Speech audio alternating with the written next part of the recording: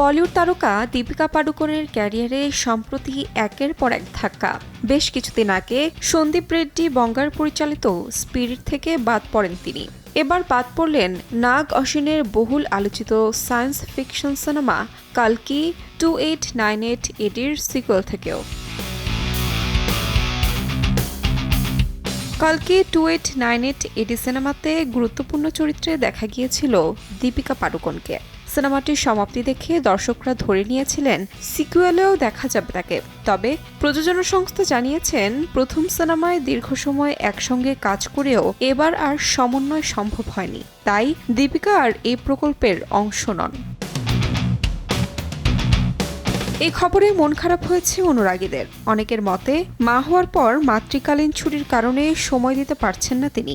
যদিও টানা 2 বড় প্রজেক্ট থেকে ছিটকে গেলেও ভক্তরা আশাবাদী, বিরতির পর নতুন উদ্যমে ফের বড় পর্দায় ফিরবেন বলিউডের এই গ্ল্যামার কুইন। তাহমিনা তন্নি, সময় সংবাদ।